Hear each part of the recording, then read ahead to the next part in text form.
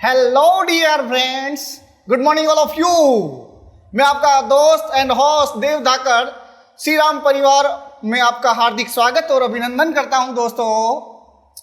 तो दोस्तों, जैसा कि आप सभी को पता है, श्री राम परिवार की ओर से 29 जून से दोस्तों करंट का सेशन प्रारंभ किया गया था। उसी करंट के सेशन को दोस्तों, उसी कड़ी को हम आगे बढ़ाते हैं। उसी सेशन का उसी के अंदर हम आज एक नया सेशन प्रारंभ करते हैं। उससे पहले कुछ मोटिवेशन लाइन हो जाए दोस्तों।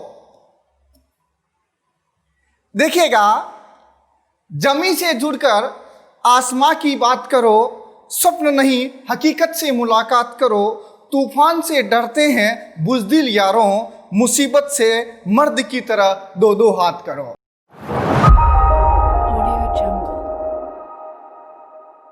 तो दोस्तों, अपनी परिस्थितियों को कभी कोसो नहीं।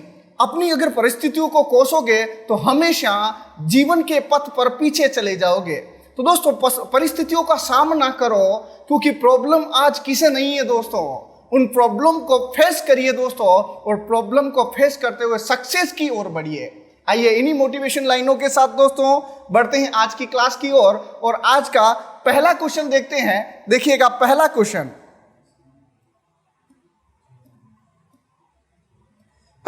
आपके सामने है दोस्तों। पहला क्वेश्चन क्या कह रहा है, देखिए। हाल ही में किस राज्य सरकार ने एक दिन में 25 करोड़ पौधे लगाकर एक नया कीर्तिमान, एक नया रिकॉर्ड बनाया है? आपको बताना है दोस्तों, ऐसा कौन सा राज्य है जिसने हाल ही में एक दिन के अंदर दोस्तों 25 करोड़ पौधे लगाकर क्या कर दिया है, एक नया रिकॉर्ड कायम किया है? बताइए, जल्दी से जल्दी कमेंट सेक्शन में आंसर दीजिए।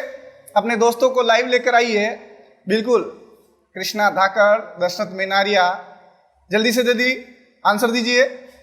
चलिए, इसका सही आंसर है दोस्तों, इसका सही आंसर है आपका उत्तर प्रदेश। दोस्तों, उत्तर प्रदेश की अगर मैं बात करूं तो हाल ही में यहां पर दोस्तों एक प्रकार का पौधारोपण कार्यक्रम आयोजित किया गया।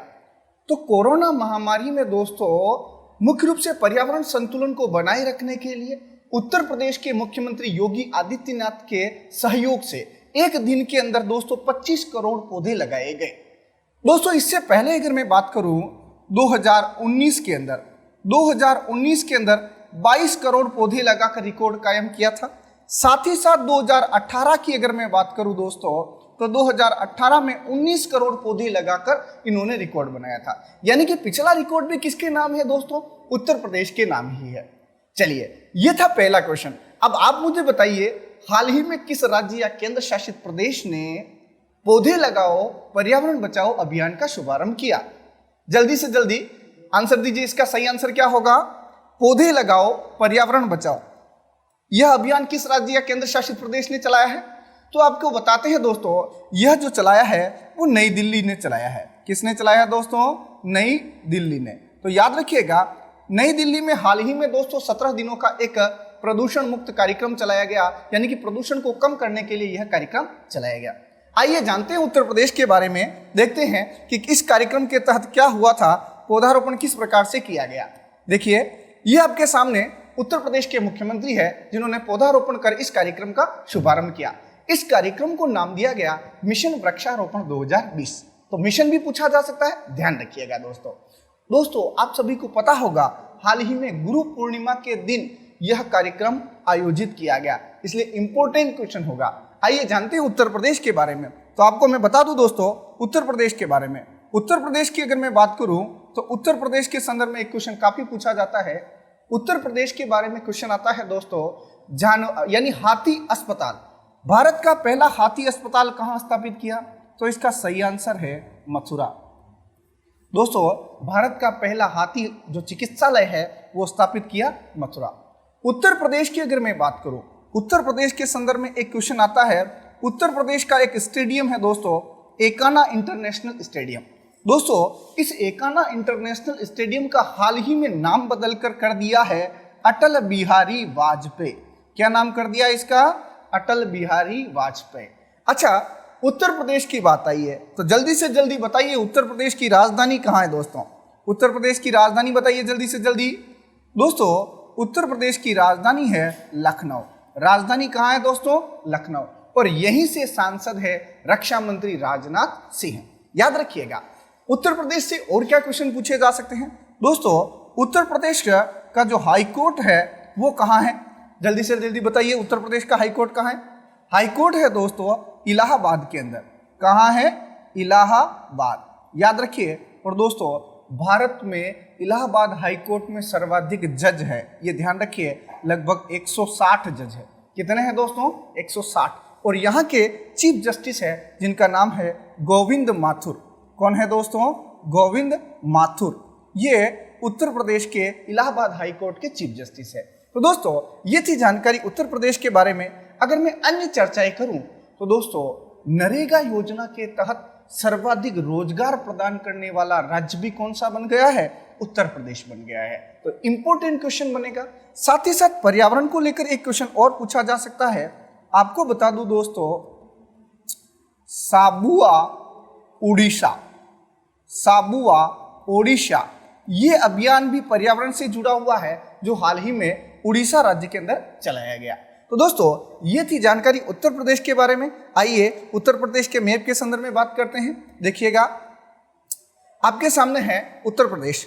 दोस्तों एक क्वेश्चन जो ज्योग्राफिकली पूछा जाता है, भारत में सर्वाधिक राज्यों के साथ सीमा बनाने वाला राज्य कौन सा है? ऐसा कौन सा राज्य है जो सबसे अधिक राज्यों के साथ सीमा बनाता है? दोस्तों ये है आपका उत्तर प्रदेश। आपको ग्रीन ग्रीन दिखाई दे रहा होगा, ये उत्तर प्रदेश है। उत्तर प्रदेश की अगर मैं बात करूं दोस्तों, 8 राज्य और 1 केंद्र शासित प्रदेश के साथ इसकी सीमा बनती है। यानी कि दोस्तों ये कितने राज्यों और केंद्र शासित प्रदेशों के साथ सीमा बनाता है? तो सही आंसर क्या होगा? 9। सही आंसर क्या है इसका? 9। चलिए दोस्तों उत्तर प्रदेश की बात करी हमने, तो ध्यान रखिएगा क्वेश्चन पूछा जाता है भारत में सर्वाधिक जनसंख्या वाला राज्य कौन सा है? उत्तर प्रदेश ही है दोस्तों। लगभग अगर बात करूं उत्तर प्रदेश की तो 19 करोड़ 98 लाख जनसंख्या, यानी लगभग 20 करोड़ जनसंख्या है दोस्तों। याद रखिए 2011 की गणना के अनुसार। दोस्तों ये थी जानकारी उत्तर प्रदेश के बारे में। अच्छा, उत्तर प्रदेश का एक शहर है जिसके बारे में अभी मैंने नाम लिया है, इलाहाबाद। दोस्तों इलाहाबाद का नाम बदलकर क्या कर दिया गया है? इलाहाबाद का नाम बदलकर प्रयागराज कर दिया है दोस्तों। याद रखिएगा। साथ ही साथ उत्तर प्रदेश के बारे में मैं अभी थोड़े दिन पहले ही हमने चर्चाएं की थी, कुशीनगर। दोस्तों कुशीनगर को इंटरनेशनल एयरपोर्ट के रूप में मान्यता प्रदान की गई। और भारत की पहली ट्रांसजेंडर यूनिवर्सिटी भी कहां बनी है दोस्तों? कुशीनगर में ही बनी है।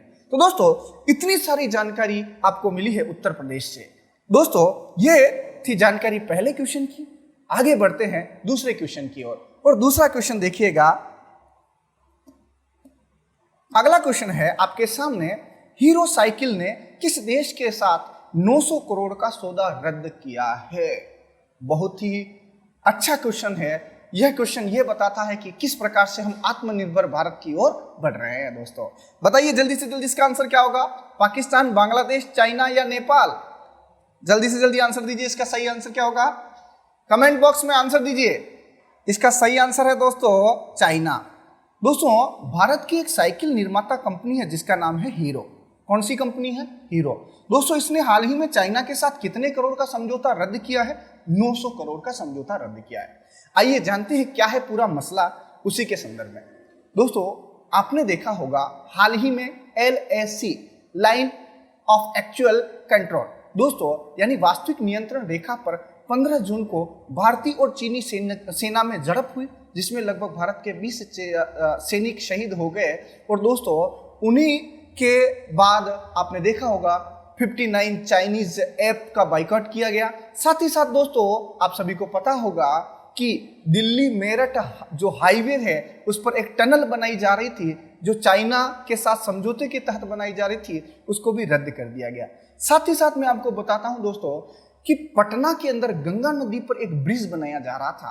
दोस्तों उस ब्रिज को जो समझौता था वो भी चाइना के साथ हुआ था, और चाइना की कंपनी उस ब्रिज को मुख्य रूप से निर्माण कार्य करने के लिए MOU हुआ था, उसको भी हाल ही में रद्द कर दिया गया है। साथ ही साथ दोस्तों आपको बता दूं कि रेलवे के अंदर एक बड़ा समझौता हुआ था सिग्नल को लेकर, सिग्नल लगाने के लिए चाइनीज कंपनी के साथ समझौता हुआ था, वो भी हाल ही में क्या कर दिया है? रद्द कर दिया है दोस्तों। तो यानी कि हीरो साइकिल की अगर मैं बात करूं तो देखिएगा ये क्या करती थी, हीरो की जो साइकिलें हैं दोस्तों, बहुत महंगी महंगी साइकिलें हैं, ये अपने पार्ट्स कहाँ से आयात करती थी? चाइना से। तो दोस्तों उन्होंने हाल ही में 900 करोड़ का जो मुख्य रूप से समझौता था उसको हाल ही में रद्द कर दिया है। आइए जानते हैं हीरो साइकिल के बारे में। आपको मैं बता दूं दोस्तों, हीरो साइकिल की अगर बात करें तो हीरो साइकिल का जो मुख्य रूप से कारखाना है वो है लुधियाना के अंदर। यानी कि दोस्तों लुधियाना कहाँ है आपका? पंजाब के अंदर। आपको बता दूं दोस्तों, लुधियाना पंजाब के अंदर हाल ही में साइकिल वैली का निर्माण भी किया जा रहा है। यानी कि दोस्तों एक औद्योगिक क्षेत्र साइकिल निर्माण के लिए स्थापित किया जा रहा है। अब दोस्तों हीरो कंपनी ने कहा है कि चाइना से जो पार्ट्स हम आयात कर रहे थे, अब हम जर्मनी के अंदर एक प्लांट स्थापित करके वहां से ये चीजें आयात करेंगे। कितने करोड़ का समझौता? ये जरूर आपके एग्जाम में पूछा जा सकता है। 900 करोड़ का। हीरो की अगर मैं बात करूं तो दोस्तों इसकी स्थापना 1956 में हुई थी। हीरो कंपनी की स्थापना कब हुई? 1956 में। कहां हुई? लुधियाना के अंदर। और दोस्तों इसके जो अध्यक्ष है, अगर मैं इनके अध्यक्ष और एमडी की बात करूं तो वो है दोस्तों पंकज एम मुंजाल। पंकज एम मुंजाल ये है मुख्य रूप से हीरो कंपनी के प्रमुख। इन्होंने हाल ही में किसके साथ समझौता रद्द किया है? तो चाइना के साथ। तो दोस्तों ये थी जानकारी मुख्य रूप से दूसरे क्वेश्चन को लेकर। आइए बढ़ते हैं अगले क्वेश्चन की ओर। नेक्स्ट क्वेश्चन देखिएगा। अगला क्वेश्चन है, किस राज्य ने हाल ही में कुत्ते के मांस की बिक्री और उसके सेवन पर पूर्णतः प्रतिबंध लगाया है? आपको बताना है ऐसा कौन सा राज्य है जिसने दोस्तों कुत्ते के मांस की बिक्री यानी कि दोस्तों खरीद पर भी, उसके अलावा बेचने पर भी, साथ ही साथ उसके उपभोग पर भी क्या कर लिया है? प्रतिबंध लगा दिया है। सही आंसर बताइए जल्दी से जल्दी कमेंट बॉक्स में। इसका सही आंसर क्या होगा? मध्य प्रदेश होगा, मणिपुर होगा, अरुणाचल प्रदेश या नागालैंड? जल्दी से जल्दी कमेंट सेक्शन में इसका आंसर दीजिए और अपने साथियों को लिंक शेयर कर उन्हें जगाइए दोस्तों। चलिए बताते हैं इसका सही आंसर क्या होगा। तो इसका सही आंसर है नागालैंड। दोस्तों नागालैंड राज्य की अगर मैं बात करूं, नागालैंड राज्य दोस्तों भारत का पूर्वोत्तर राज्य है जो मुख्य रूप से म्यांमार के साथ सीमा बनाता है। दोस्तों भारत का जो पूर्वोत्तर राज्य है उसके बारे में ध्यान रखिएगा। मार्च 2020 दोस्तों मार्च 2020 में मिजोरम राज्य ने दोस्तों मार्च 2020 में मिजोरम राज्य ने कुत्ते के मांस की बिक्री और उसके सेवन पर प्रतिबंध लगाया था। लेकिन हाल ही में दोस्तों जुलाई 2020 में नागालैंड राज्य ने, कौन से राज्य की बात कर रहे हैं दोस्तों? नागालैंड राज्य ने इस पर पूर्णतः क्या कर दिया है? प्रतिबंध लगा दिया है। तो यहां से ये क्वेश्चन आपसे पूछा जा सकता है दोस्तों। चलिए बात करते हैं नागालैंड के बारे में। तो ध्यान रखिए दोस्तों, आपने देखा होगा हाल ही में स्वाइन फ्लू नाम की G4 वायरस हाल ही में दोस्तों एक्टिव हुआ है और वो चाइना के अंदर, जो सूरों के कारण दोस्तों मानव में प्रविष्ट कर रहा है। तो उसी को लेकर सूरों पर तो प्रतिबंध नागालैंड ने पहले ही लगा दिया था, लेकिन हाल ही में कुत्तों के मांस की बिक्री पर प्रतिबंध लगाया है दोस्तों। चलिए यहीं से बात करते हैं। और तो दोस्तों नागालैंड की राजधानी बताइए मुझे, नागालैंड की राजधानी कहाँ है? नागालैंड की राजधानी है कोहिमा। नागालैंड की राजधानी कहाँ है दोस्तों? कोहिमा। अब आप मुझे बताइए, नागालैंड के गवर्नर ने, नागालैंड के मुख्यमंत्री जिन्होंने दोस्तों 1960 के अधिनियम के तहत यह हाल ही में रोक लगाई है, तो उनका नाम बताना है। बताइए नागालैंड के मुख्यमंत्री कौन है? नागालैंड के मुख्यमंत्री है जिनका नाम है दोस्तों नेफ्यू रियो। नाम क्या है उनका? नेफ्यू रियो। अच्छा आप मुझे बताइए नागालैंड के गवर्नर कौन है दोस्तों? नागालैंड के गवर्नर का नाम बताइए जल्दी से जल्दी। क्या आंसर होगा इसका? नागालैंड के गवर्नर का नाम है दोस्तों RN रवि। कौन है दोस्तों? RN रवि। ये नागालैंड के गवर्नर है दोस्तों। तो ये दोनों चीजें याद रखेंगे। साथ ही साथ दोस्तों बात करते हैं नागालैंड के बारे में। कल परसों के सेशन में हमने साझा किया था, कल परसों के सेशन में ही हमने बात करी थी कि नागालैंड में हाल ही में पूरे नागालैंड को 6 महीने के लिए अशांत क्षेत्र घोषित किया गया अफस्पा कानून के तहत। तो दोस्तों याद रखिएगा नागालैंड के बारे में ये क्वेश्चन भी पूछा जा सकता है। साथ ही साथ दोस्तों हॉर्नबिल फेस्टिवल, कौन सा फेस्टिवल है? हॉर्नबिल फेस्टिवल, इसको लेकर भी क्वेश्चन पूछा जा सकता है। तो दोस्तों दिसंबर 2019 में हॉर्नबिल फेस्टिवल का आयोजन भी कहाँ किया गया? नागालैंड। नागालैंड की अगर मैं बात करूं दोस्तों, नागालैंड की एक जनजाति है जिसका नाम है नागा जनजाति। क्या नाम है? नागा जनजाति। उसको लेकर भी क्वेश्चन पूछा जा चुका है। साथ ही साथ अगर मैं बात करूं, यहीं पर एक और जनजाति है जिसका नाम है कुकी। उसके साथ साथ यहाँ की एक जनजाति है ओंगमा। यहाँ की कौन सी जनजाति है? ओंगमा। तो दोस्तों नागालैंड के बारे में क्वेश्चन आ सकता है कि कुकी जनजाति और ओंगमा जनजाति कौन से राज्य में निवास करती है? तो नागालैंड में निवास करती है। ये थी जानकारी नागालैंड के बारे में। आइए जानते हैं कहाँ स्थित है नक्शे के अंदर नागालैंड कहाँ अवस्थित है, जानते हैं इसके बारे में। ये देखिएगा, इस प्रकार से कुत्तों को दोस्तों मुख्य रूप से ले जाया जाता है और उनको काट के बड़ी चाव से नागालैंड में इसका मांस सेवन किया जाता है। दोस्तों ये देखिएगा, पूर्वोत्तर भारत का एक राज्य है नागालैंड। दोस्तों अरुणाचल प्रदेश के जस्ट नीचे यहाँ पर आपको दिख रहा होगा, ये है नागालैंड। नागालैंड दोस्तों म्यांमार के साथ सीमा बनाता है। आइए चलते हैं अगले क्वेश्चन की ओर, बढ़ते हैं अगले क्वेश्चन की ओर। नेक्स्ट क्वेश्चन आपके सामने है। अगला क्वेश्चन बेहद महत्वपूर्ण है। दोस्तों सेशन को अंत तक देखिए, बहुत ही महत्वपूर्ण क्वेश्चन आज के सेशन में होने वाले हैं। चलिए दोस्तों, अगला जो क्वेश्चन है आपके सामने, प्रधानमंत्री मोदी जी ने किस मिलिट्री बेस पर 3 जुलाई को जवानों को संबोधित किया? आपको बताना है प्रधानमंत्री मोदी जी ने दोस्तों जवानों का जो हौसला अफजाई किया है और अस्पताल के अंदर जवानों की जो मुख्य रूप से उनकी हालचाल जो पूछे हैं उनके, तो दोस्तों आपको बताना है कि मोदी जी कहां पर हाल ही में 3 जुलाई को जवानों को संबोधित किया था? दौलत बेग ओल्डी में, नीमू क्षेत्र में, कारगिल में या गिलगित में? कमेंट सेक्शन में जल्दी से जल्दी सही आंसर टाइप करिए दोस्तों। बिल्कुल जल्दी से जल्दी आंसर दीजिए। ओम प्रकाश ठाकर, कृष्णा, देव मेनारिया, बिल्कुल जल्दी से जल्दी टाइप करिए। चलिए इसका सही आंसर है दोस्तों नीमू। कौन सा सही आंसर है? नीमू। दोस्तों आपको बता दूं, ये जो नीमू क्षेत्र है ये लेह के निकट स्थित है। लेह से 25 किलोमीटर दूरी पर स्थित है। और अगर बात करूं, ये दोस्तों समुद्र तल से 1100 फीट ऊंचाई पर दोस्तों मुख्य रूप से स्थित है। और यहीं पर हाल ही में प्रधानमंत्री मोदी जी द्वारा दोस्तों 3 जुलाई को भारतीय सेना के जवानों का हौसला अफजाई किया था। आइए जानते हैं इसके बारे में और क्या था विवाद, उस विवाद को समझते हैं। दोस्तों देखिएगा,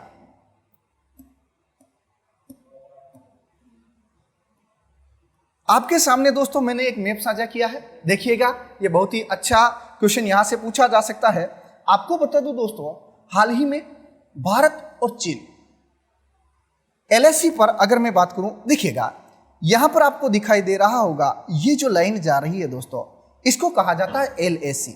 इसको क्या कहा जाता है? LAC, यानी कि वास्तविक नियंत्रण रेखा, इसको कहा जाता है। दोस्तों यहीं पर आपको दिखाई दे रहा होगा, ये दिखाई दे रहा है गलवान वैली, दिखाई दे रहा है सभी को, गलवान वैली। उसके अलावा हॉट स्प्रिंग, उसके अलावा पेंगोंग लेक। दोस्तों इन सभी क्षेत्रों में भारत और चाइना के साथ वर्तमान में विवाद चल रहा था। आपको बता दूं दोस्तों, हाल ही में 15 जून को गलवान घाटी के निकट दोस्तों चीन की जो सैनिक टुकड़ी है वो भारतीय सीमा के अंदर प्रवेश कर चुकी थी। तो दोस्तों भारतीय सेना और चीनी सेना के बीच में पत्थरबाजी हुई और कई सैनिक घायल हो गए। उसके साथ साथ दोस्तों लगभग दोनों की 15 जून को आपसी झड़प में 20 सैनिक शहीद हो गए। उसके बाद मामला और ज्यादा तूल पकड़ लिया। साथ ही साथ दोस्तों आपने कल के न्यूज के अंदर देखा होगा, भारत के जो दोस्तों राष्ट्रीय सुरक्षा सलाहकार, जिनका नाम बताइए क्या है? अजीत डोभाल, नाम सुना होगा आपने, अजीत डोभाल, एवं दोस्तों चीन के जो विदेश मंत्री है वांग ई, इन दोनों के मध्य में वीडियो कॉन्फ्रेंसिंग के माध्यम से वार्ता हुई। साथ ही साथ उस वार्ता में दोस्तों दोनों के बीच में शांति समझौता हुआ और दोनों की सैनिक टुकड़ियां 2-2 किलोमीटर पीछे हट गई। यानी कि दोस्तों चीन को यह पता चल गया कि उनके साथ अपने मुख्य रूप से जो ट्रेंड वार किया था दोस्तों, आप सभी को पता होगा 59F। साथ ही साथ चीन के हाल ही में ताजा सर्वे में यह मिला कि 3% उसका जो निर्यात है वो घट गया है दोस्तों। साथ ही साथ आपने देखा होगा, एक तरफ रूस से हमने इमरजेंसी में दोस्तों सुखोई MiG-29 विमान का समझौता किया था। उसके अलावा दक्षिणी चीन सागर के अंदर अमेरिका के जो जितने भी नेवी पोत है वो तैनात किए गए। तो चीन को ये लगा कि मुझे तीनों ओर से घेर लिया गया है। तो दोस्तों उसी को देखते हुए चीन की बौखलाहट थम गई और अब दोनों की सैनिक टुकड़ियां पीछे हट चुकी है। तो दोस्तों यहां से क्वेश्चन आपके एग्जाम में पूछा जा सकता है। कि भारत चीन के बीच में कौन कौन से स्थानों पर विवाद थे। तो पहला है गलवान वैली। दोस्तों गलवान और शोक दो नदियां हैं, दोनों का आपस में मिलन होता है। उसी घाटी में चीन ने अपनी सैनिक टुकड़ियों को पीछे किया है। साथ ही साथ अगर मैं बात करूं दोस्तों हॉट स्प्रिंग, हॉट स्प्रिंग का मतलब दोस्तों इस प्रकार से जो अंगूठे होते हैं, उभरी हुई दोस्तों पहाड़ी है, उन पहाड़ी पर भी इन्होंने अपनी सैनिक टुकड़ियों को आगे बढ़ा दिया।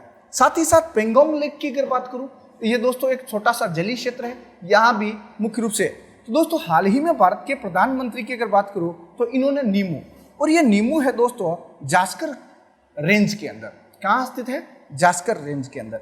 चलिए देखिए किस प्रकार से मोदी जी ने कहा है कि भारत और चाइना के बीच में दोस्तों जो वार्ता हुई है उसी के संदर्भ में कहा है कि विस्तारवाद का युग खत्म हो चुका है, अब विकासात्मक का युग प्रारंभ हो चुका है। इसलिए दोस्तों ध्यान रखिए, यहां से क्वेश्चन पूछा जा सकता है। आइए बात करते हैं आगे की। तो आपने देखा होगा ये दोस्तों प्रधानमंत्री जी है, साथ ही साथ चीफ ऑफ डिफेंस स्टाफ जिनका नाम है विपिन रावत, और साथ ही दोस्तों भारतीय थल सेना के प्रमुख मनोज मुकुंद नरवाने, इन तीनों के द्वारा दोस्तों हाल ही में लेह के अंदर नीमू क्षेत्र का दौरा किया। दोस्तों एक बात और बता देता हूं, यहां से और क्वेश्चन क्या पूछा जा सकता है, समझिएगा दोस्तों। क्या क्वेश्चन पूछा जा सकता है कि भारत और चीन की अगर बात करें दोस्तों, आप सभी को पता होगा कि भारत और चीन के बीच की जो सीमा है दोस्तों, उसको किस नाम से जाना जाता है? McMahon line. किस नाम से जाना जाता है दोस्तों? मैकमोहन लाइन के नाम से जाना जाता है। दोस्तों भारत ये बताता है कि जो LAC है, क्या है दोस्तों? LAC इसकी कुल लंबाई 3488 बताता है, जबकि चाइना इसकी मात्र लंबाई कितनी बताता है? 2000। और दोस्तों आपने देखा होगा भारत यहाँ से जो सैनिक टुकड़ियां हैं वो पीछे हट चुकी है, लेकिन इसने वापस भूटान और अरुणाचल प्रदेश के साथ जो सीमा लगती है वहां पर अपनी हरकत शुरू कर दी है। दोस्तों ध्यान रखिएगा, इंपॉर्टेंट क्वेश्चन होगा। तो दोस्तों नीमू क्षेत्र कौन से दर्रे के अंदर है? जास्कर दर्रे के अंदर स्थित है। 11,000 फीट की ऊंचाई पर हाल ही में मोदी जी ने संबोधन कब दिया दोस्तों? तो 3 जुलाई को दिया, याद रखिएगा। तो दोस्तों एक चीज हो, भारत और चाइना इसकी सीमा पर दोस्तों निगरानी का कार्य कौन सी सेना करती है? आप मुझे बताइए जल्दी से जल्दी। भारत और चीन की जो सीमा है यहां पर निगरानी कौन कर रहा है? BSF कर रहा है, ITBP कर रहा है, SSB कर रहा है, या इनमें से कोई नहीं? जल्दी से जल्दी कमेंट सेक्शन में आंसर दीजिए दोस्तों, क्या होगा इसका सही आंसर? बिल्कुल दोस्तों ITBP, इंडो तिब्बत पुलिस बल। ध्यान रखिएगा दोस्तों, यह निगरानी का कार्य कर रही है। चलिए दोस्तों ये थी जानकारी, इसके संदर्भ में आइए बढ़ते हैं। नेक्स्ट क्वेश्चन है आपके सामने, देखिएगा। अगला क्वेश्चन है फ्रांस के नए प्रधानमंत्री हाल ही में बनाए गए। दोस्तों ये भी बहुत अच्छा क्वेश्चन हो सकता है। फ्रांस के प्रधानमंत्री किसे नियुक्त किया है? गुडनी Johnson, Michael Martin, gene castus या लाजरस चकबेरा? सही आंसर दीजिए जल्दी से जल्दी, इसका क्या सही आंसर होगा?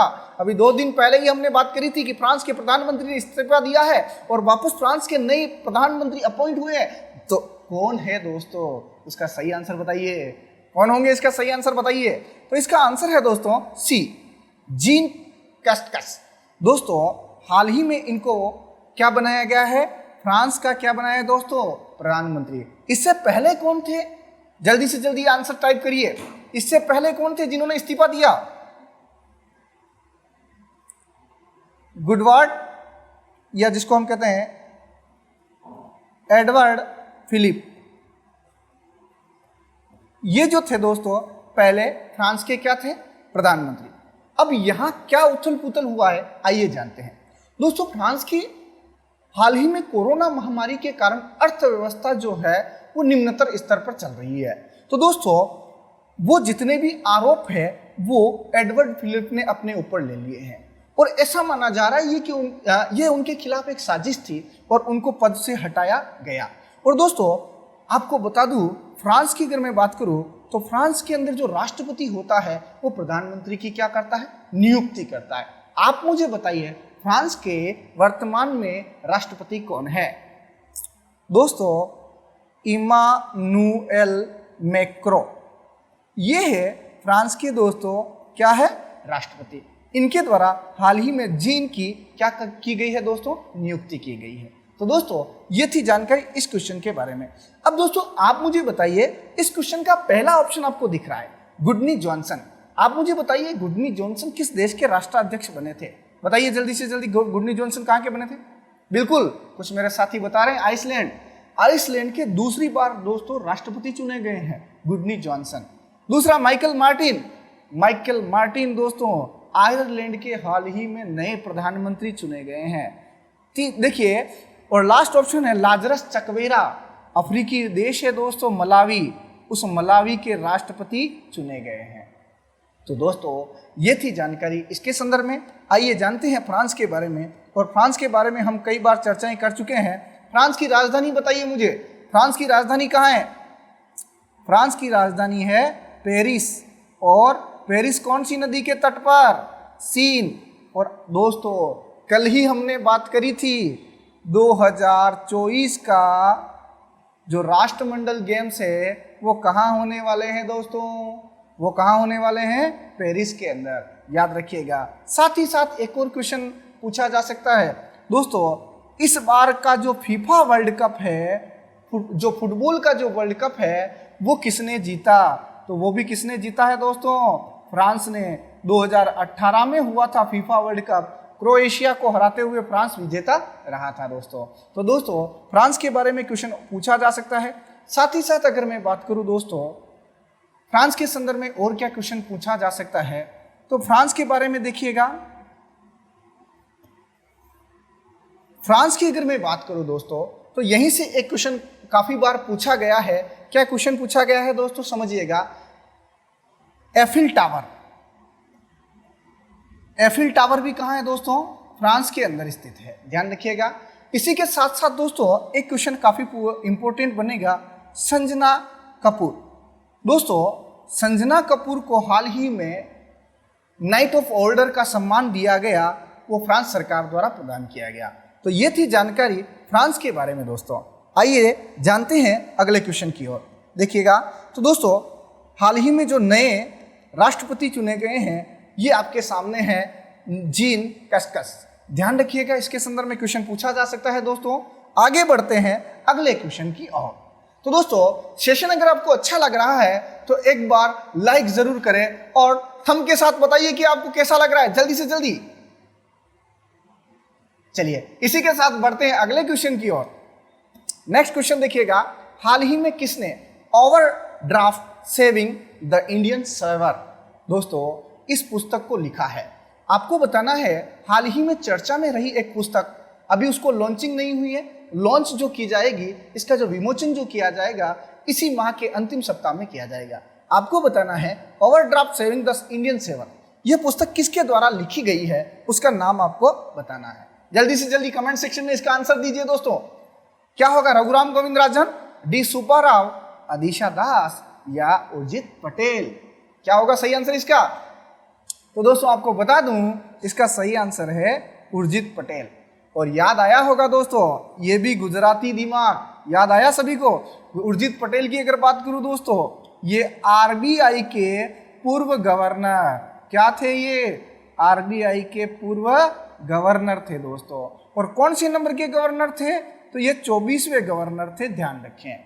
आरबीआई के पूर्व गवर्नर ने दोस्तों बैंकों के हाल ही में बदलते हालातों को देखते हुए तथा परिसंपत्तियों के संदर्भ में एक पुस्तक लिखी है। उस पुस्तक का नाम है ओवरड्राफ्ट। याद रखिए दोस्तों उर्जित पटेल के बारे में।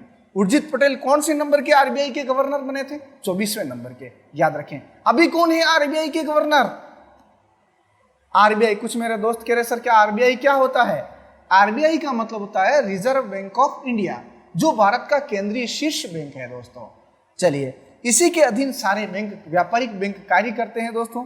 तो मैं अगर बात करूं आरबीआई की दोस्तों, रिजर्व बैंक ऑफ इंडिया की अगर मैं बात करूं, इसकी स्थापना 1934 के अधिनियम के तहत हिल्टन यंग आयोग की सिफारिश पर 1 अप्रैल 1935 को इसकी स्थापना हुई। उस समय इसका हेडक्वार्टर कोलकाता में हुआ करता था दोस्तों। 1937 के अंदर इसका हेडक्वार्टर मुंबई में स्थानांतरित किया गया। तो किसके बारे में जानकारी ग्रहण की हमने? आरबीआई के बारे में। एक चीज जो मैं आपको बता दूं दोस्तों, रेलवे में एक क्वेश्चन पूछा गया था, आरबीआई के गवर्नरों का सही क्रम पूछा गया था। तो मैं आपको बता दूं दोस्तों, सबसे अगर आरबीआई के पहले गवर्नर की बात करूं तो दोस्तों 1935 के अंदर आरबीआई के जो पहले गवर्नर बने थे वो बने थे ऑसबर्न। कौन बने थे दोस्तों? ऑसबर्न, याद रखिएगा, ऑसबर्न। आरबीआई के पहले गवर्नर कौन बने थे? ऑसबर्न। और दोस्तों आरबीआई के पहले भारतीय गवर्नर कौन बने थे? तो ध्यान रखिए, आरबीआई के पहले भारतीय गवर्नर बने थे सी डी देशमुख। कौन बने थे? C D Deshmukh. अब आपको यहां से ट्रिक याद रखनी है, ABCD। क्या ट्रिक याद रखनी है? ABCD। AB का मतलब आरबीआई के पहले गवर्नर ऑसबर्न, CD का मतलब CD देशमुख जो पहले भारतीय मूल के गवर्नर। साथ ही साथ अगर मैं बात करूं वर्तमान में, देखिए उसके बाद अगर मैं बात करूं तो डी सुब्बाराव, क्रम याद रखें, डी सुब्बाराव, उसके बाद राजन, रघुराम गोविंद राजन का नाम सुना होगा। उसके बाद उर्जित पटेल, उर्जित पटेल के बाद शक्तिकांत, शक्तिकांत दास। यानी कि दोस्तों ये क्रम पूछा जा सकता है कि पीछे के जो चार अभी लेटेस्ट बने हैं 25, 24, 23 और 22, इनका क्रम पूछा जा सकता है दोस्तों। इसको याद रखें, एसएससी वाले जरूर याद रखें क्योंकि उनके जरूर पूछा जा सकता है दोस्तों। तो बात करी हमने आरबीआई को लेकर। अच्छा, एक चीज और आपको बता दूं, ये जो रघुराम गोविंद राजन है दोस्तों, IMF इंटरनेशनल मॉनेटरी फंड के बाहरी सलाहकार परिषद के वर्तमान में सदस्य है। एक चीज और बता दूं दोस्तों, आरबीआई की अगर मैं बात करूं तो इसके लगभग 29 क्षेत्रीय कार्यालय है। कितने हैं? 29 क्षेत्रीय कार्यालय है। आइए जानते हैं उर्जित पटेल के बारे में दोस्तों, देखते हैं। देखिएगा, इनकी ये पुस्तक है, दिखाई दे रही होगी आपको, है ना, ओवरड्राफ्ट। ध्यान रखिएगा इसके बारे में। ये है आरबीआई के पूर्व गवर्नर जिनका नाम है उर्जित पटेल। दोस्तों चलते हैं छठे क्वेश्चन की ओर। छठा क्वेश्चन देखिए साथियों,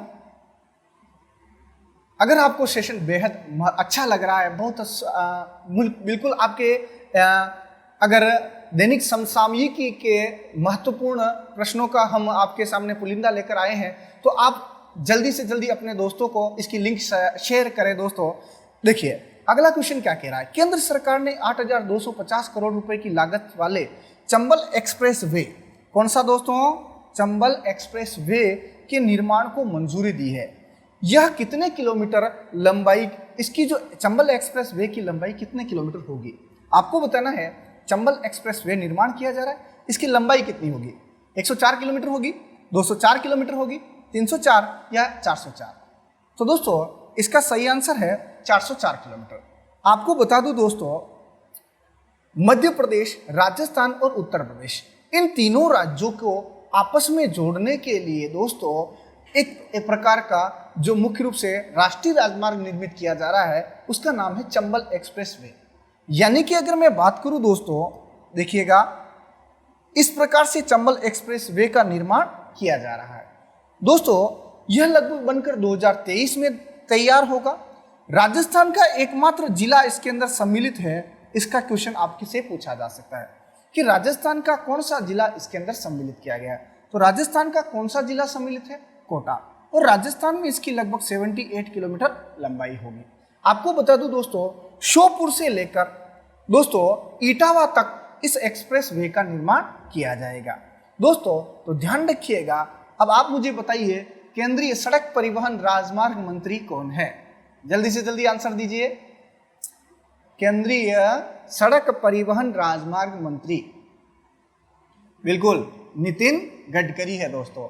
तो याद रखिए, भिंड, मुरैना, श्योपुर, कोटा से इटावा तक इस राष्ट्रीय राजमार्ग का निर्माण किया जाएगा तथा NH जो 27 है उसके अंदर इसको जोड़ा जाएगा। तो दोस्तों ये थी जानकारी इस क्वेश्चन के संदर्भ में। चलिए आगे बढ़ते हैं दोस्तों। अगला क्वेश्चन 8वां क्वेश्चन आपके सामने है। देखिए, कोविड-19 संक्रमण मामलों में भारत किस स्थान पर पहुंच गया है? आपको बताना है दोस्तों, कोरोना के मामले में हमारा देश कौन से स्थान, यानी कोरोना संक्रमण के मामले में हमारा देश कौन से स्थान पर पहुंच चुका है और किस देश को हाल ही में हमने पछाड़ दिया है। दोस्तों जल्दी से जल्दी कमेंट सेक्शन में आंसर दीजिए। तो दोस्तों आपको बता दूं, इसका सही आंसर है वो है तीसरा, यानी कि दोस्तों अमेरिका और ब्राजील के बाद कोरोना के जो संक्रमित मुख्य रूप से मरीज है वो सबसे ज्यादा भारत के अंदर है। आपको बता दूं, भारत में कोरोना मरीजों की संख्या लगभग 7 लाख काउंट की गई। कितनी लाख काउंट की दोस्तों? 7 लाख। वहीं अमेरिका की अगर मैं बात करूं वहां लगभग 30 लाख। वहीं ब्राजील की अगर मैं बात करूं तो वहां है 18 लाख और रशिया के अंदर है 6.6 लाख। तो दोस्तों भारत ने हाल ही में रूस को पछाड़ते हुए कोरोना मामलों के अंदर कौन सा स्थान प्राप्त कर लिया है? तीसरा स्थान प्राप्त कर लिया है दोस्तों। इसीलिए घर पर रहें, स्वस्थ रहें दोस्तों और सावधानी बरतें। तो दोस्तों आइए बात करते हैं कोविड-19 के बारे में। आप सभी को पता होगा दोस्तों, कोरोना की अगर मैं बात करता हूं, चलिए, तो कोरोना की हाल ही में भारत ने एक वैक्सीन निर्मित की थी, जिस वैक्सीन का नाम था कोवैक्सीन। दोस्तों कौन सी वैक्सीन है? कोवैक्सीन, याद रखिएगा दोस्तों, जिसको हाल ही में भारतीय ड्रग कंट्रोलर द्वारा हाल ही में उसको ह्यूमन ट्रायल के लिए अनुमति दी गई। दोस्तों कोरोना जो कोई भी वैक्सीन है पर्टिकुलर, वो इस प्रकार से अलग अलग फेज से गुजरती है। यानी सबसे पहले फेज 1 के अंदर दोस्तों उसके अंदर चूहों पर इसका प्रयोग किया जाता है। फिर दोस्तों फेज 2 के अंदर 100 आदमियों पर उसका प्रयोग किया जाता है। फिर फेज 3 के अंदर दोस्तों एक कम्युनिटी पर, यानी कि एक बड़े स्तर पर इसका प्रयोग किया जाता है। और दोस्तों अगर प्रयोग सफल हो जाता है तो फिर इसको अनुमति देता है FDA। उसके अलावा फिर फेज 4 में इस पर निगरानी रखी जाती है। और आप सभी को बता दूं दोस्तों, ICMR इसके द्वारा हाल ही में घोषणा की गई कि 15 अगस्त तक यह जो वैक्सीन है भारतीय मार्केट में उपलब्ध होगी। लेकिन दोस्तों विश्व स्तर के WHO का नाम सुना होगा, इसकी जो वर्तमान में दोस्तों मुख्य चिकित्सक है सौम्या स्वामीनाथन, उन्होंने कहा है कि इतना जल्दी पॉसिबल नहीं है, क्योंकि दोस्तों एक ट्रायल में लगभग 6 से 8 महीने, यानी फेज 1 को पार करने में 6 से 8 महीने लग सकते हैं। फिर दोस्तों केंद्रीय स्वास्थ्य मंत्री ने इसके अंदर थोड़ा सा बदलाव किया और कहा कि 2021 के प्रारंभ में यह वैक्सीन मार्केट के अंदर उपलब्ध हो जाएगी। तो याद रखिए एक चीज और, विश्व भर में दोस्तों 140 वैक्सीन मुख्य रूप से तैयार हो चुकी हैं। लेकिन दोस्तों इनमें से मात्र ह्यूमन ट्रायल के लिए 11 वैक्सीनों को ही लागू किया गया है। साथ ही साथ इसमें से 2 वैक्सीन है वो भारत की है। और कोवैक्सीन, आप मुझे बताइए कोवैक्सीन का निर्माण किसने किया? भारत की किस कंपनी द्वारा कोवैक्सीन का निर्माण किया गया? जल्दी से जल्दी आंसर दीजिए। तो दोस्तों उसका सही आंसर है बिल्कुल भारत बायोटेक लिमिटेड द्वारा। ध्यान रखिएगा दोस्तों, क्वेश्चन पूछा जा सकता है। अच्छा, हाल ही में दोस्तों आपको एक चीज और बता दूं, केंद्रीय मानव संसाधन विकास मंत्री एवं विज्ञान प्रौद्योगिकी विभाग द्वारा दोस्तों संयुक्त रूप से कोरोना वैक्सीन हैकाथॉन का आयोजन किया गया। तो दोस्तों ये थी जानकारी कोरोना के बारे में। साथ ही साथ एक बात और बता दूं दोस्तों, हाल ही में द हिंदू के अंदर एक न्यूज प्रकाशित हुई है, जिसके अंदर ये 36 देशों के लगभग 246 चिकित्सकों ने यह बताया है कि कोरोना जो है वो हवा के माध्यम से भी उसका जो संक्रमण स्तर है वो आगे से आगे बढ़ रहा है। लेकिन दोस्तों वर्ल्ड हेल्थ ऑर्गेनाइजेशन ने इसको नकारा है। ध्यान रखिएगा। चलिए बढ़ते हैं अगले क्वेश्चन की ओर। नेक्स्ट क्वेश्चन देखिएगा। अगला क्वेश्चन है, हाल ही में CBSE central board of secondary education ने शिक्षकों और छात्रों को डिजिटल साउंड बनाने के लिए किसके साथ समझौता किया है? तो मतलब किस कंपनी के साथ हाल ही में CBSE ने समझौता किया है ताकि शिक्षकों और छात्रों के अंदर दोस्तों जो फेक न्यूज़ वगैरह है उनसे सावधान और ऑनलाइन जितनी भी धोखाधड़ी है उससे बचने के लिए एक प्रकार का कार्यक्रम प्रारंभ किया है। तो दोस्तों कौन सा सही आंसर होगा बताइए? गूगल, माइक्रोसॉफ्ट, ट्विटर या फेसबुक, किसके साथ CBSE ने समझौता किया है?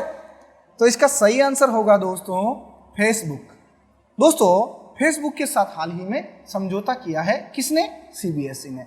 आइए जानते हैं दोनों के बारे में। आप मुझे बताइए, सीबीएसई की फुल फॉर्म तो सभी को पता चल ही गई होगी दोस्तों। सीबीएसई की फुल फॉर्म बताइए, देखिएगा, central board of secondary education. इसका हेडक्वार्टर कहाँ है दोस्तों? इसका हेडक्वार्टर है दिल्ली के अंदर। हेडक्वार्टर कहाँ है इसका? दिल्ली के अंदर। और सीबीएसई के वर्तमान में अध्यक्ष कौन है? हाल ही में नए अपॉइंट हुए हैं दोस्तों, मनोज आहूजा। कौन है? मनोज आहूजा। तो सीबीएसई के बारे में दोस्तों याद रखिएगा, इंपॉर्टेंट क्वेश्चन बनेगा। साथ ही साथ दोस्तों इसकी स्थापना की बात करूं तो सीबीएसई की स्थापना कब हुई? 1962 में। ये तो जानकारी हमने सीबीएसई के बारे में प्राप्त की। साथ ही साथ में अगर बात करूं फेसबुक के बारे में तो दोस्तों समझिएगा, फेसबुक की अगर बात करें दोस्तों, इसकी स्थापना 4 फरवरी 2004 को हुई थी। अमेरिका का एक शहर है मैसाचुसेट्स, कैम्ब्रिज मैसाचुसेट्स के अंदर इसकी स्थापना हुई और इसकी स्थापना की थी दोस्तों मार्क जुकरबर्ग। स्थापना किसने की? Mark Zuckerberg. तो दोस्तों इन दोनों के बीच में हाल ही में समझौता हुआ है। तो याद रखिएगा, इंपॉर्टेंट क्वेश्चन बनेगा दोस्तों, ध्यान रखें। चलिए बढ़ते हैं आगे की ओर। अगला क्वेश्चन देखिएगा। अगला क्वेश्चन है आपके सामने 10वां क्वेश्चन, बेहद महत्वपूर्ण क्वेश्चन होने वाला है दोस्तों। हाल ही में धर्म चक्र दिवस मनाया गया। क्या होता है धर्म चक्र? आइए जानते हैं इसके बारे में। उससे पहले इसका सही आंसर बताइए, 4 जुलाई, 5 जुलाई, 6 जुलाई या 3 जुलाई? तो दोस्तों धर्म चक्र दिवस मनाया गया, ये मनाया हाल ही में 4 जुलाई को। आपको बता दूं दोस्तों, यह जो दिवस है इसका प्रारंभ सारनाथ से किया गया और सारनाथ सभी जानते हैं दोस्तों कहाँ है? उत्तर प्रदेश में। उसके बाद राष्ट्रपति भवन से वीडियो कॉन्फ्रेंसिंग के माध्यम से, वीडियो संदेश के माध्यम से इसका आयोजन किया गया। दोस्तों यह संबंधित है बौद्ध धर्म से, यानी कि दोस्तों भगवान बुद्ध ने अपने 5 अनुयायियों को उत्तर प्रदेश के सारनाथ के निकट डियर पार्क में 5 अनुयायियों को सबसे पहले जो उपदेश दिए थे उसी को कहा जाता है धर्म चक्र परिवर्तन। तो दोस्तों उसी का दिवस मनाया जाता है आषाढ़ की पूर्णिमा को। कब मनाया जाता है दोस्तों? आषाढ़ पूर्णिमा को, यानी कि दोस्तों गुरु पूर्णिमा के दिन इसका आयोजन किया जाता है। और ऐसा माना जाता है कि बौद्ध धर्म के अंदर दोस्तों वैशाख पूर्णिमा, जिसको हम बुद्ध पूर्णिमा के नाम से जानते हैं, यानी वैशाख पर्व के बाद यह दूसरा सबसे बड़ा पर्व माना जाता है दोस्तों। आइए जानते हैं भगवान बुद्ध के बारे में। भगवान बुद्ध की अगर मैं बात करूं दोस्तों तो इनका बचपन का नाम मुझे बताइए। भगवान बुद्ध के बचपन का नाम क्या था? सिद्धार्थ। क्या था दोस्तों? सिद्धार्थ। याद रखें, ये क्वेश्चन आया हुआ है दोस्तों, भगवान बुद्ध के बचपन का नाम क्या था। उसके साथ साथ इनके जन्म की अगर मैं बात करूं दोस्तों तो ईसा पूर्व 563 दोस्तों इनका जन्म हुआ था लुम्बिनी, कपिलवस्तु के लुम्बिनी, नेपाल की तराई क्षेत्र में इनका जन्म हुआ था। आप सभी को पता होगा शाक्य कुल के भगवान बुद्ध की अगर बात करें दोस्तों तो इनके पिता का नाम था शुद्धोधन। क्या नाम था? शुद्धोधन। और माता का नाम था महामाया। भगवान बुद्ध की माता का नाम क्या था? महामाया। ध्यान रखिए। और इनकी पत्नी का नाम था यशोधरा और इनके पुत्र का नाम था राहुल। पाली भाषा में इनके दोस्तों मुख्य रूप से जो उपदेश है वो प्रकाशित हुए। दोस्तों आषाढ़ पूर्णिमा के बाद जो बौद्ध भिक्षु और भिक्षुणियां हैं वो क्या करती है दोस्तों? वर्षावास के दौरान चैत्य विहार में ही मुख्य रूप से क्या करती है दोस्तों? चैत्य विहार में ही निवास करते हैं। ये ध्यान रखिएगा, यानी कि 3 महीने ये चैत्य में रहेंगे दोस्तों। याद रखिए। भगवान बुद्ध के बारे में दोस्तों 3 क्वेश्चन आपने देखे होंगे जो काफी बार पूछे गए हैं। एक क्वेश्चन, भगवान बुद्ध ने दोस्तों जब ग्रह त्याग किया था उसे किस नाम से जाना जाता है? बताइए जल्दी से जल्दी, सही आंसर क्या होगा? उसके अलावा भगवान बुद्ध को मोक्ष की प्राप्ति हुई, उसे क्या कहते हैं? तो मोक्ष की प्राप्ति को कहते हैं महापरिनिर्वाण। जबकि दोस्तों इसे क्या कहा जाता है? इसे कह रहे हैं धर्म चक्र दिवस। साथ ही साथ ग्रह त्याग को कहते हैं महाविनिष्क्रमण। तो दोस्तों ध्यान रखिएगा। दोस्तों अगर मैं बात करूं धर्म चक्र दिवस के बारे में तो इसकी 2 क्वेश्चन और इससे रिलेटिव करके पूछे जा सकते हैं आपसे। तो देखिए, श्रीलंका के अंदर इस पर्व को सरला पोया के नाम से जाना जाता है। सरला पोया के नाम से जाना जाता है। तो दोस्तों बौद्ध धर्म के संदर्भ में ये क्वेश्चन पूछा जा सकता है, ध्यान रखिएगा, इंपॉर्टेंट क्वेश्चन बनेगा। आइए बढ़ते हैं अगले क्वेश्चन की ओर। नेक्स्ट क्वेश्चन देखिएगा, उससे पहले इस प्रकार से देखिए, राष्ट्रपति भवन में इस कार्यक्रम का आयोजन किया गया। किसके द्वारा किया गया? संस्कृति मंत्रालय एवं अंतर्राष्ट्रीय बौद्ध संघ द्वारा। ध्यान रखें। नेक्स्ट अगला क्वेश्चन देखिए, हाल ही में राजस्थान के मुख्यमंत्री सलाहकार के रूप में किसे अपॉइंट किया है? दोस्तों राजस्थान के जो मुख्यमंत्री है अशोक गहलोत, उनके सलाहकार के रूप में किसे नियुक्त किया है? राजीव स्वरूप को, डीबी गुप्ता को, अरविंद मायाराम को या प्रवीण गुप्ता को? जल्दी से जल्दी कमेंट सेक्शन में इसका आंसर दीजिए। क्या सही आंसर होगा इसका? बताइए जल्दी से। राजीव स्वरूप होगा? चलिए बता दें, इसका सही आंसर है दोस्तों, इसका सही आंसर है डीबी गुप्ता, देवेंद्र भूषण गुप्ता। आप सभी को पता होगा देवेंद्र भूषण गुप्ता के संदर्भ में। यह है दोस्तों देवेंद्र भूषण गुप्ता, जिन्होंने दो सरकारों के अंदर मुख्य सचिव के पद पर कार्य किया और हाल ही में इनको मुख्य सचिव के पद से हटाकर सलाहकार के रूप में अपॉइंट किया। अच्छा ध्यान रखिएगा, अरविंद मायाराम में हमने बात करी थी कि मार्च 2020 के अंदर मुख्यमंत्री सलाहकार परिषद का गठन किया गया, जिसके उपाध्यक्ष किसे बनाए गए? अरविंद मायाराम को। साथ ही साथ राजीव स्वरूप का नाम भी आपको दिखाई दे रहा होगा। देखिएगा, राजीव स्वरूप की अगर मैं बात करूं तो राजीव स्वरूप क्या है दोस्तों, बताइए जल्दी से।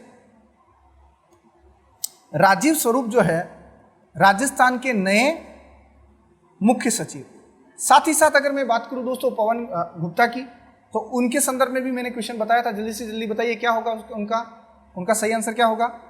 हाँ बिल्कुल, कुछ दोस्त मेरे बता रहे हैं, निर्वाचन अधिकारी। चलिए आगे बढ़ते हैं दोस्तों, देखिए अगले क्वेश्चन की ओर।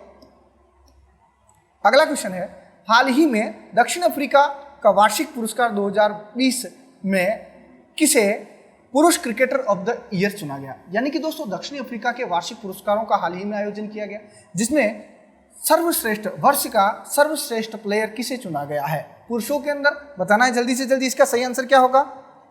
हाँ, सेशन अगर अच्छा लग रहा है दोस्तों तो जल्दी से जल्दी अपने दोस्तों को इसकी लिंक शेयर करिए तथा चैनल को सब्सक्राइब जरूर करिए। इसका सही आंसर है दोस्तों क्विंटन डिकॉक। दोस्तों इस साल के सबसे टेस्ट के अंदर भी बेस्ट बल्लेबाज के रूप में इनको चुना गया और इस साल का बेस्ट प्लेयर भी इन्हें चुना गया। महिलाओं की अगर मैं बात करूं तो वो है लारा वोल्वार्ट, इन्हें चुना गया है। आइए देखते हैं इनके बारे में।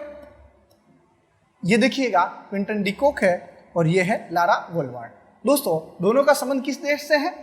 दक्षिण अफ्रीका से है। बिल्कुल ध्यान रखिए, दक्षिण अफ्रीका की दोस्तों अगर मैं बात करूं तो अफ्रीका महाद्वीप के सबसे दक्षिण में स्थित है। इसकी मुख्य रूप से 3 राजधानियां हैं दोस्तों, याद रखिएगा। अच्छा चलिए दोस्तों, तो ये दोनों आपको दिख रहा होंगे। साथ ही साथ हमने क्रिकेट के संदर्भ में कल परसों भी जानकारी ग्रहण की थी दोस्तों, याद रखें इसके बारे में।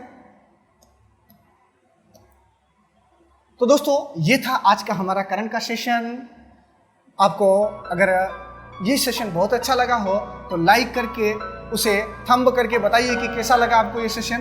चलिए, बोल भारत माता की जय।